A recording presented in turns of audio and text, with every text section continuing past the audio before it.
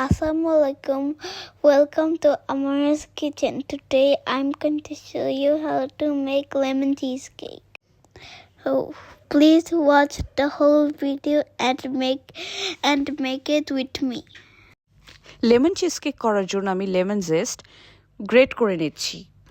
এখানে আমি একটা এগ নিয়ে নিয়েছি। সো এখানে এগের সাদা অংশটা আমি নিয়ে নেব আর ইয়োকটা আমি আলাদা করে রেখে দিচ্ছি। এগের হোয়াইট অংশের সাথে আমি এখন 1/4 কাপ সুগার আর 1 টিস্পুন হোয়াইট ভিনেগার বিট করে নিচ্ছি। 1/4 কাপ চিনি আমি কয়েক ধাপে দিয়ে নিব।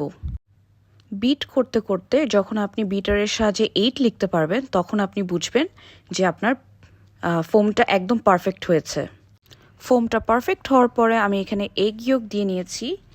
এগ ইয়োকের সাথে এখানে আমি অয়েল 2 টেবিল স্পুন দিব, লেমন ইমালশন দিব 1 টিস্পুন, লেমন জুস দিব 1 টেবিল স্পুন অ্যান্ড লেমন জেস্ট দিব 1 টিস্পুন।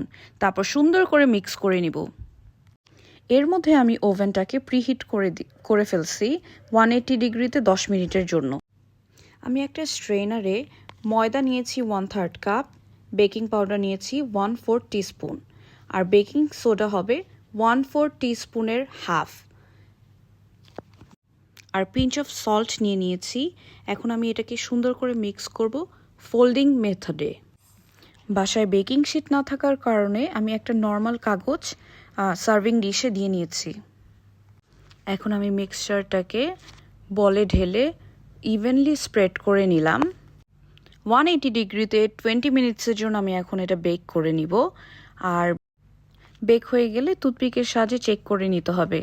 যদি মনে হয় কাঁচা আছে তবে আবার কিছুক্ষণের জন্য ওভেনে দিতে হবে। কেকটা হয়ে গেলে আমি পুরোপুরি কেকটাকে ঠান্ডা করে নিব।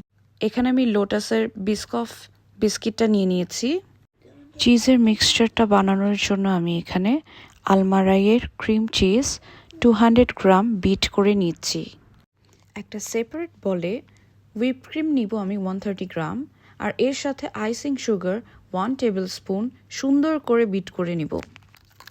এরই মধ্যে আমি হাফ কাপ মিল্ক আর 2 টিস্পুন আগার আগার পাউডার জাল দিয়ে নিয়েছি।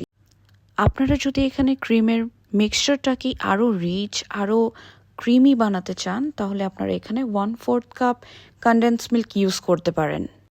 এখন চলে আসি আমরা কেক অ্যাসেম্বলিংয়ের পালায়। এরই মধ্যে আমি ক্রিম চিজের মিক্সচারের সাথে হুইপ ক্রিম আর আগার আগারের মিক্সচার অ্যাড করে নিয়েছি। এখন আমি কেকের উপরে মিক্সচারটা ঢেলে বিস্কিটের গুঁড়োগুলো উপরে সুন্দর করে ডেকোরেট করে দিব। ওভারনাইট ফ্রিজ করলে রেডি হয়ে যাবে cake. Now take a big slice and enjoy. Thanks for watching.